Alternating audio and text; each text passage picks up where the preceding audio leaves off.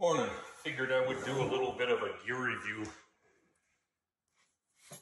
These are two of my most commonly used welding hoods, welding helmets. I call them hoods, but besides the point.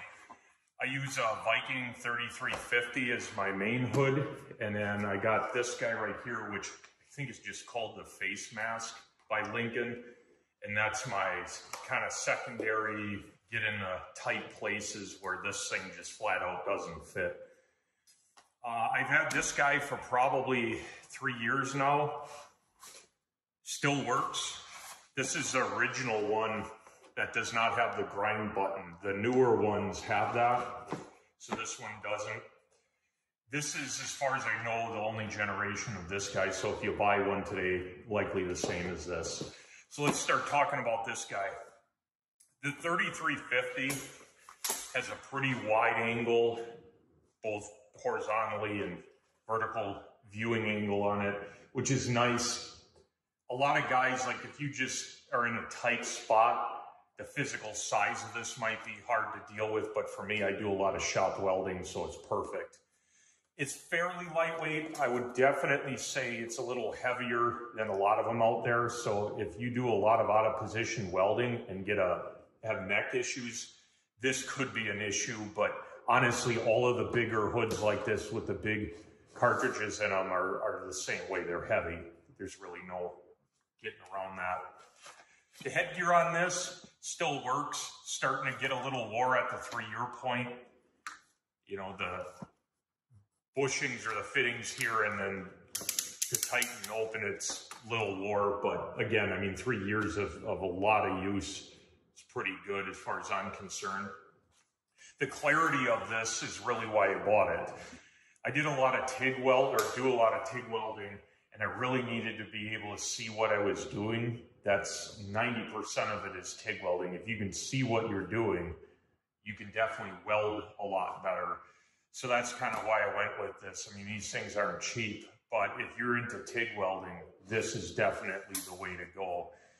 Either this or the Miller, their Digital Elite, or I know some of ESAB's hoods have really high, really good clarity, but the difference between what you can see with this versus some cheap $80 hood is almost unbelievable. You really got to try one of these to see that. As far as negatives on this, pretty much across the board, my complaints are the same as what everyone else's are, which is primarily the battery life. For me, off of a single little watch cell or coin cell, it's about the size of a quarter battery, I get maybe, I don't know, a month or two off a battery, and then it has to get replaced. That's kind of what I've heard from everybody, is that these things are somewhat known to eat batteries.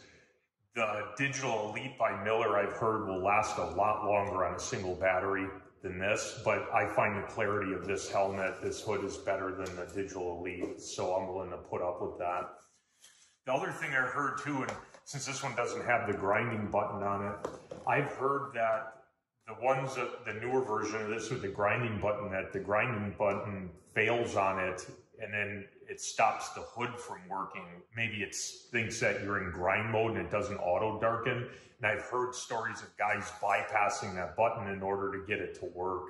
So that could be a possible negative. I've also heard that they changed the headgear on this with the newer version. So that may not be as comfortable as this. But realistically, overall, I've done hundreds and hundreds of jobs with this. I've done grinding even on masonry walls with this thing when I had to, and it still works. The shields, inner and outer, are easy to find replacements. I can just go to the local welding store and get them, versus a lot of cheaper helmets. You got to look around online and try and find it. So overall, I'm pretty happy with this guy. Just quickly go through this. The face mask works pretty good.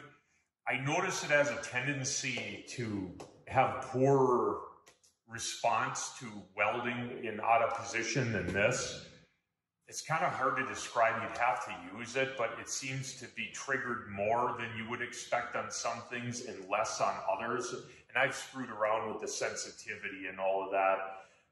No change really in that. So I don't know what to say about that. I think it's just a limitation of the size. The other interesting thing with this is that it uses obviously an outer shield to protect the lens. These are a little bit harder to find. A lot of the welding stores don't generally carry those, but you can get them online, which is nice. I believe it has an inner one. I'm not positive. It looks like it.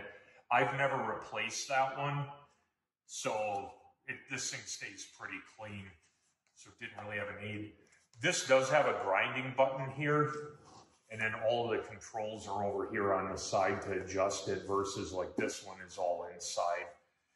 This thing up here is just to be able to hook some kind of a light apparatus, which I never bought, but that might come in handy. Other than that, one battery set on this lasted me, I would say, at least 6 months, but I don't really use this very often, so that's probably about the same battery life as what this guy is.